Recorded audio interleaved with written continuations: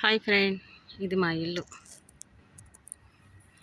గురువారం రోజు మా మేడం కూతురుది ఎంగేజ్మెంట్.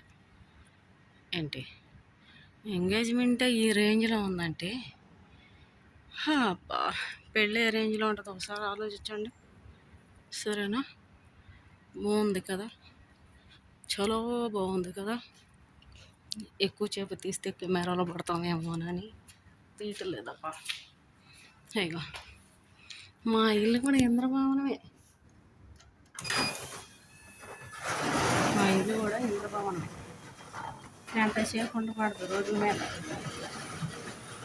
మా బాబా కూడా కెమెరాలో చూస్తాడు. కెమెరాలో చూసి ఏం చేస్తున్నారు బయట,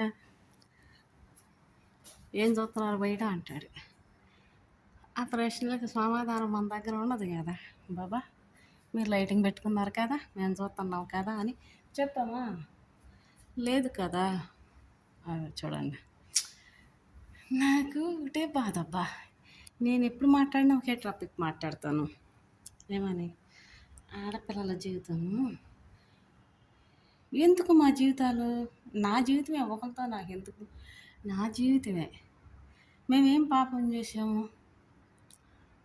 మేము మనుషులుగానే కదా పుట్టింది, మీరు కంటేనే కదా పుట్టింది.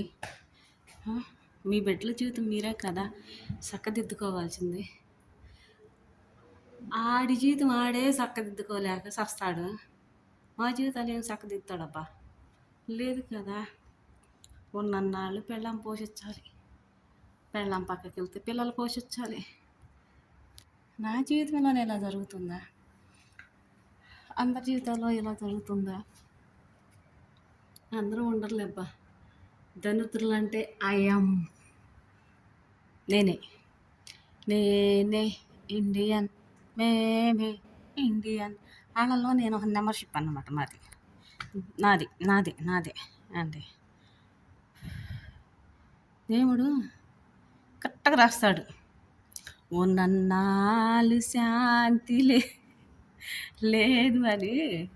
నాకు శాంతి, మనశ్శాంతి లేదు, ప్రశాంతత లేదు. ఏంటి మాట్లాడతాకి ఫ్రెండ్స్ ఉన్నా మాట్లాడలేదు సిచ్యువేషన్ అది. ఏంటి పంచుకోవాలన్న ఆలోచన ఉందా, పంచుకుంటే ఎగతాళైపోతానేమోనన్న ఆలోచన. కరమ్మంటే కప్ప కోపం, మింగమ్మంటే పాము కోపం. మా పరిస్థితి అలాంటిది. అది సరేనా ఫ్రెండ్? చూడండి ఇల్లు ఎంత బాగుందో. మొత్తం తీయచ్చు కానీ కెమెరాలు ఉన్నాయి, బాగా భయం ఎత్తుంది. ఏమని అంటాడేమోనని. మా అమ్మ అయితే ఏమంది కానీ, మా ముసలాడు కదా, మగవాళ్ళు కదా, కొంచెం ఏమని అంటారండి భయం, అంతే, ఇంకేం లేదు. ఆల్రెడీ నేను పడుతున్నా కెమెరాలో. మీకు కనిపిస్తుందా? ఆ గోడ ఒకటే నల్లగా. అది అలా ఉంటుందన్నమాట. మేమేమో అనిపిస్తున్నాం, గలుపు జీవితాలు అనిపిస్తున్నాం. అవి ఎలా ఉంటాయి? ఇలాగే ఉంటాయి. అంటే దొడుకుతూ బతకాలి. ఆ బ్రతుకులు ఇవే అన్నమాట. దిస్ ఈస్ అరబీ వాళ్ళ జీవితాల్లో మేము ఒక క్వశ్చన్ మార్క్ అన్నమాట మాది. అది ఈ అరబీ దేశం వచ్చేటప్పుడే ఆ విషయంలో వదులుకుని రావాలి. ఎలా? జీవితంలో ఇక గెలుపొచ్చినా గెలవాలి, సావొచ్చినా సావాలి. అది పరిస్థితి. అలాంటివి ఎదుర్కొని వస్తేనే అరబీ జీవితం అది. ఈ జీవితం ఇక్కడి నుంచి ఎదురీత అన్నమాట. ఇది ఎదురీత. సముద్రానికి ఎదురు ఎలా ఈతారు అలా ఈతున్నాం అన్నమాట ఈ అరబీ దేశంలో. బాగుంది కదా, నాకు నచ్చింది. మీలో ఎంతమందికి నచ్చిందో కామెంట్ చేయండి ఫ్రెండ్. Okay, bye.